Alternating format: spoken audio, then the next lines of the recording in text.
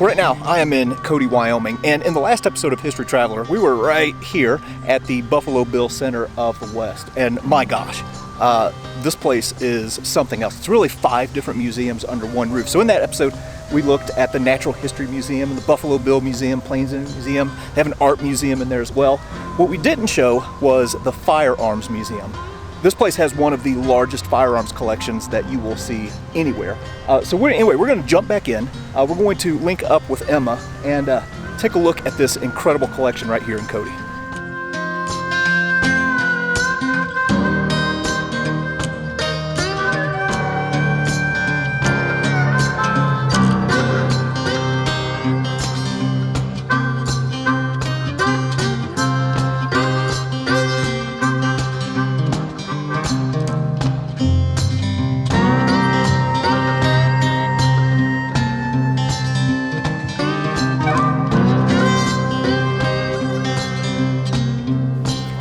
So we are in the entrance of our Cody Firearms Museum here, and behind me is a great timeline as to how we got our Firearms Museum. It started all the way back, our timeline starts all the way back in 1871 with a letter that Oliver Winchester writes to R.S. Lawrence asking for a Jennings II Model rifle.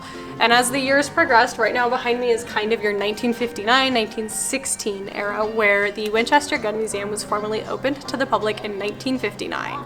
And this timeline is just a really great basis to introduce people to our Firearms Museum as well as how we got our museum. The core of our collection is actually started by Mr. Oliver Winchester himself. He was creating a research and reference collection. And then throughout the years and the decades, important people have been added on, firearms have been accumulated, and then in 1988 the collection was actually formally donated to us, and that's when we started talking about building the wing into what our Firearms Museum is today. All right, we're going to go ahead and make our way into the main part of the Firearms Museum. And as you walk in, one thing that they've done here that I really, really like, you have to realize that, not everybody who comes to this museum knows everything about firearms. I'm a firearms enthusiast. I don't claim to know everything, but some people know absolutely nothing. So they start off kind of getting everyone up to speed with different terminology, so defining what is a gun, what is a firearm, arms, ammunition, and then they also do something right off the bat that I think is very important, talking about the 4 rules of gun safety, which include always keeping the gun pointed in a safe direction, keeping your finger off the trigger until you're ready to shoot, always keeping it unloaded until you're ready to use, and knowing your target and what is beyond it. Yeah, very thoughtful and an important way to start off this museum experience. Here's another thing that they've done here at the museum that I really like is defining the different parts of a gun. So for people who are, unfamiliar with some of the terminology, well, you learn about like what the bore is, what the magazine is, what the chamber is. And then over here, this is also very interesting. So let me make a little adjustment here. They show some cutaways of some different firearms. So here we're looking at an M1 carbine, so you can see the inner workings of it. Here's a Colt M16. They also have different shotguns showing the different parts and cutaways where you can see like the springs inside and things like that. Yeah, lots of education here on firearms. Here's another thing with this museum that I'm really liking is it's also very, very tactile and hands-on. So here they have a display talking about how the actions of different guns work. So here is a bolt action. So you can actually get your hand on it and see what it feels like. And then if you move on down, they have a couple different firearms here. Here's one, the lever action. Yeah, so adults and kids alike can get in here and kind of get their hands on some of these actions and see how they work. Okay, I feel like we need to set some expectations right off the bat. There are literally thousands and thousands of firearms in this museum, and just looking around, it's overwhelming. I'm loving this place. So anyway, we're not going to be able to show it all, but we are going to hit like a few select highlights. And Emma told me she's going to take me down in the vault later on to show some things that they don't have on display out here. But anyway, this place is incredible.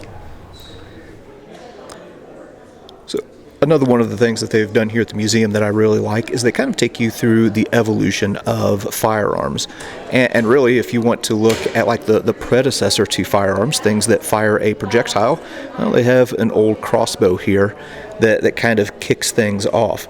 And then they have a few other real strange things. I have a feeling we're going to be seeing a lot of strange firearms and different tools in this museum. But this is an organ gun.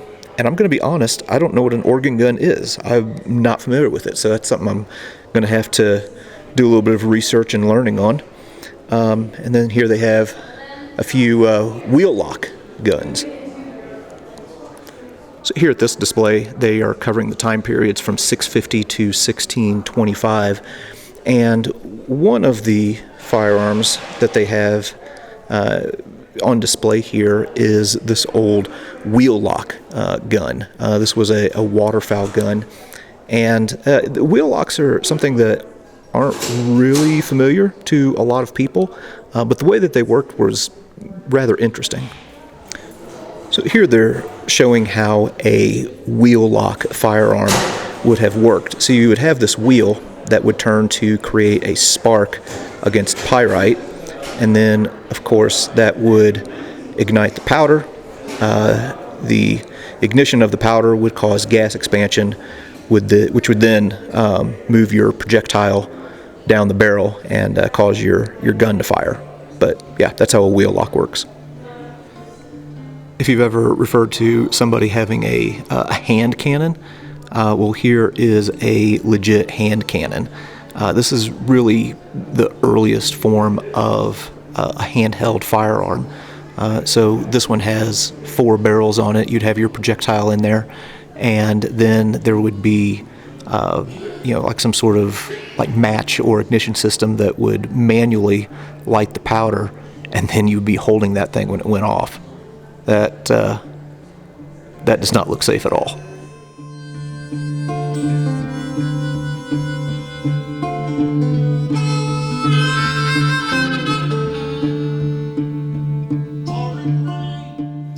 As we move into the 1600s and go through the 1800s, really the next big advancement in firearms technology after the wheel lock and the matchlock was the Flintlock Rifle.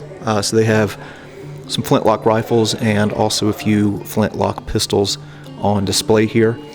This would use, as the name implies, a piece of flint to ignite the powder. If you've ever heard the term flash in the pan, well, it gets its origin from these firearms right here. Ooh, look at this. They also have this old blunderbuss. Huh. That is really interesting. So when looking at a flintlock rifle, here's one of the issues. So if we look here, you can see on the hammer you have these jaws that are clamping down on a flint. Whenever you would squeeze the trigger, of course the hammer falls. It hits this metal plate looking thing on the right called a frizzen. That creates a spark, and there in the bottom, like right in here, in the pan you would have your powder. Spark ignites the powder, and of course it ignites the powder then in the barrel, which sends the projectile down the barrel and out the gun. But being exposed like this, it's subject to moisture or rainfall, and any number of problems can happen. So the next big advancement in firearm technology was the percussion rifle. So instead of having powder on the outside to ignite the larger powder charge, well, the spark would come from a percussion cap, which would go on the nipple there, and as soon as the hammer hits the percussion cap, it sends a spark, which ignites the powder, and then, of course, sends your projectile downrange. So percussion caps are what we see going into the Civil War.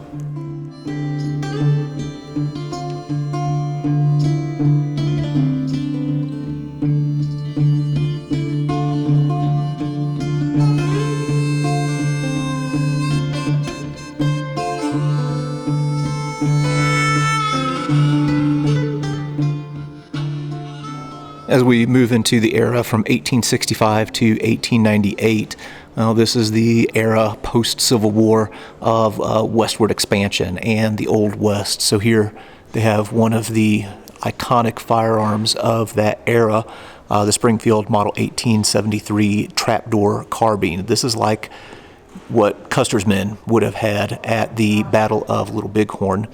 And a big change here is that you have a cartridge that basically houses the powder and the bullet, and then for the trapdoor carbine, it would go in the top there. There's like a trapdoor, as the name implies, that opens up. You put your bullet in, and then this was a single shot rifle. But as things advance, well, then we start getting into lever action rifles, and the technology advances even quicker to where you're not reliant on just shooting, one round at a time. Now, this is pretty interesting. As we get into the early part of the 20th century, they have a Tommy gun on display here. This was a Thompson that was used in a bank robbery in New York City, and it jammed during the robbery, which caused the criminal to just drop it and leave it behind. So the police confiscated it, and they ended up trading it to Winchester for riot guns.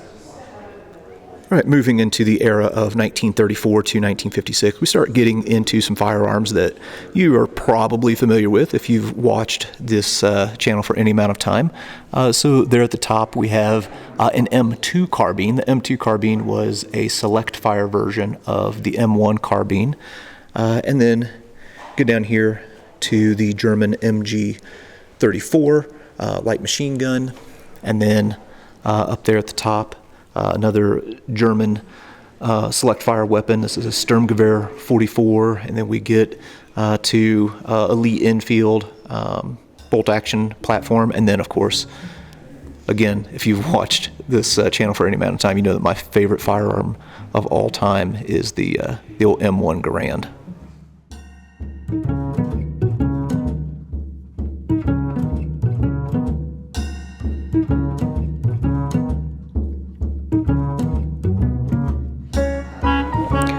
When you come to the Cody Firearms Museum, one thing that you are going to see in abundance are just strange, exotic firearms like this one here.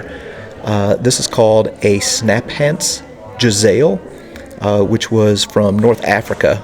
Was put together between 1800 and 1850. But yeah, just all kinds of amazing works here that really are not just firearms, but are also works of art. Here's another interesting firearm. This is a Mauser Model 96 semi-automatic pistol, and if you look at it, it's thought that this served as the inspiration for Han Solo's weapon in the Star Wars movies. Now, here in the museum, amongst the thousands of firearms, they have some that are honestly just oddities. Like this one, the Martini Action Fry pistol. This is a 22 caliber, and the grip on it is just really strange to me. But here's what I wanted to show. Let's say that you wanted to carry a firearm, but you wanted to be kind of inconspicuous about it. Well, you might consider a Remington cane gun. This was manufactured around 1870 and was a very clever way of concealing your firearm. Although, I don't know if you'd want to use it as a cane. It looks like a good way to get the barrel obstructed. But then they also have like this thing right here. This is a 5.5 millimeter caliber, a St. Clair Apache pistol. So if you happen to run out of rounds, well, it also has a device on there where you can poke a hole in somebody, or you can use these knuckle dusters to maybe apply some damage to the jaw and facial area. But yeah, all kinds of interesting oddities here. I'm continuing to just walk around in awe, looking at all of these different firearms and kind of the evolution of the technology and the craftsmanship that went into them. But take a look at this. This is something that is completely new to me, that is just really interesting. This is a Gunstock War Club, and I'll just read what it says. It says the Gunstock War Club was used by Native Americans for both ceremonial and battlefield applications. It's thought to have the appearance of the club like a gunstock, or it's thought that the appearance of the club like a gunstock was either accidental or inspired by firearms. They were also used in the Indian practice of counting coup, and man, that thing just looks mean. Very, very interesting. Here they have a display of sporting rifles and target rifles from the 1800s, all very interesting, especially this one. This one has a peep sight near the butt of the gun, which, I don't know, doesn't seem like that would work well, but yeah, a lot of experimentation, throughout the history of firearms.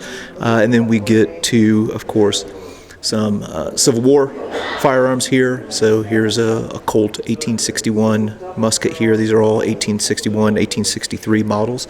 But here's what I really wanted to show are these two rifles right here. The one on the left is a Remington rolling block breech loading sporting rifle, and the one on the right is a Sharps Model 1853 sporting rifle. And both of these firearms belong to George Armstrong Custer.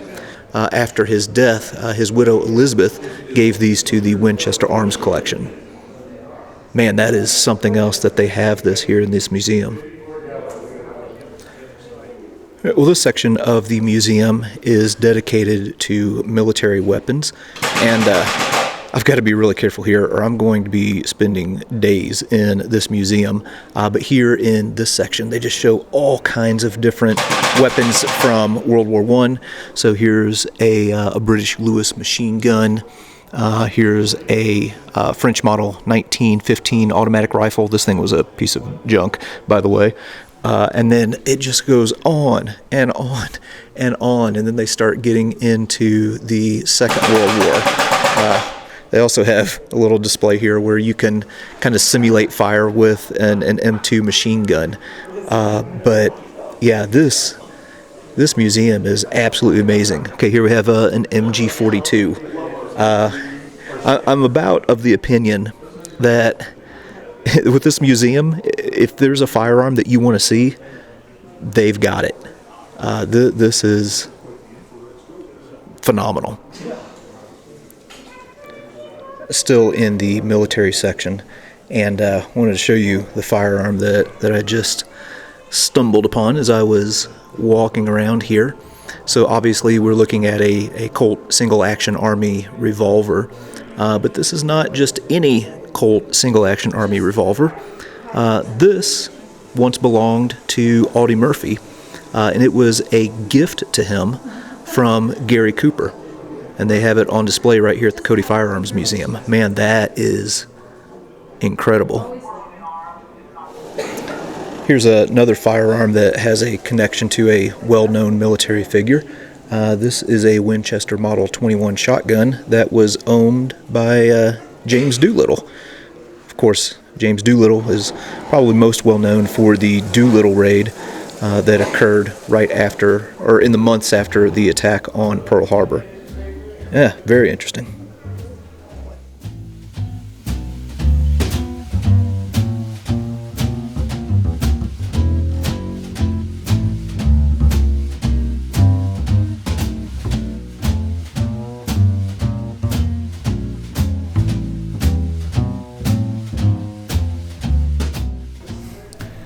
right. This might be one of the wildest museums I've ever been in, especially if you are a firearms enthusiast and enjoy the history that's connected with them. There's everything here. And unfortunately, I'm not going to have enough time to see and show I couldn't show everything anyway. But anyway, I wanted to show a few firearms that they have here that are connected with some well-known figures.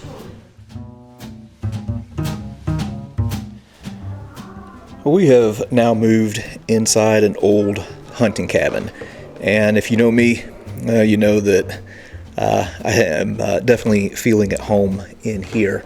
And just to show a few quick things that they have, so here's a grizzly bear, or I'm sorry, Alaskan brown bear that they have mounted here. This was an animal that was unfortunately poached in Alaska, and well, long story short, the organization that donated it to the museum, they didn't have room for it, so they brought it here to the Cody Firearms Museum. And then this thing. Now, I've shot a 10 gauge, and I've seen an 8 gauge. I did not know that a 2 gauge even existed. I mean, this thing is an absolute beast. That weighs, I think, over 150 pounds. You obviously wouldn't be able to shoulder this firearm, so this would be mounted on the front of a boat, and they would just wipe out ducks and waterfowl with this gun. It's really, for people who are hunters and sportsmen, they would look at this as kind of an immoral use of a firearm in hunting, and it ended up being banned, which I honestly think is a good thing. But yeah, they would set these up on the front end of boats, and then would have like some sort of elevation and traversing mechanism up front, and then they would just blast into these flocks of waterfowl. But here's what I wanted to show over here. If you take a look, well, they have a few firearms that are connected with some very well-known figures. This right here is the Winchester Model 1895 lever action that belonged to Theodore Roosevelt, who was an avid outdoorsman, a hunter, champion of conservation, and my favorite president. And then right here next to it, well, they have a Winchester Model 21 double-barrel shotgun that belonged to Ernest Hemingway. So in this section of the museum, they focus on the intersection between firearms and art. And again, as you can see, there are just dozens upon dozens of firearms in here, so we can't show them all. But I do want to show some of the showcase items, I guess you could say. So what we were looking at here are a pair of shotguns that were made to celebrate the St. Louis World's Fair, which was the 100th anniversary of the Louisiana Purchase. So anyway, right here, this is a really interesting one. This is a blunderbuss that is really finely decorated. You can see just the etchings and the carvings on this blunderbuss. This was Catherine the Great's flintlock blunderbuss that was presented to King Louis XV, the King of France. Now, of all of them that we're going to look at here, this one might be the most unique to me. This is a Lincoln Hammerhead rifle. So at the beginning of the Civil War, a guy by the name of Hiram Berdan had met with President Lincoln to authorize the now famous sharpshooter regiments, if you ever heard of Berdan's sharpshooters. And as a thank you to Lincoln, well, it's believed that he designed this rifle to give as a gift. And if you look at the hammer, it's fashioned in the image of Abraham Lincoln, which is really kind of unique. It was never presented to Lincoln because he was assassinated before Berdan could make that presentation. This, another finely decorated rifle is a Winchester Model 70. It's a 264 caliber. This was to be presented to JFK, but much in the same way that Lincoln was assassinated before he could get his firearm, JFK was assassinated before this could be presented to him. Then we have another presentation firearm here. This is a Winchester Model 1894 that belonged to Lyndon Baines Johnson. And one of my favorite presidents, Ronald Reagan, owned this firearm right here.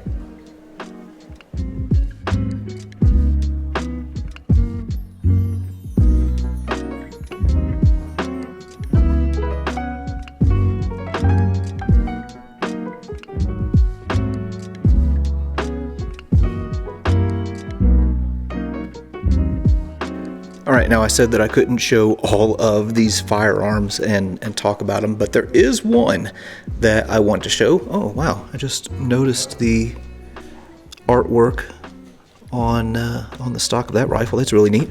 Okay, so I just showed two, but take a look at this. Okay, so here we have all of these revolvers and firearms, and then we get to this little guy right here.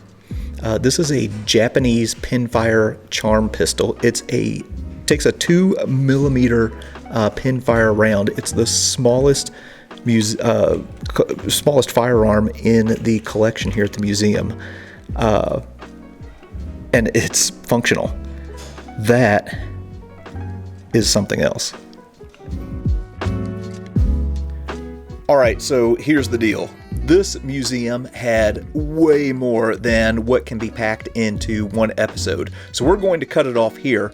And in the next episode, we'll be picking it right back up where Emma is going to be taking us down into the vault of the Cody Firearms Museum.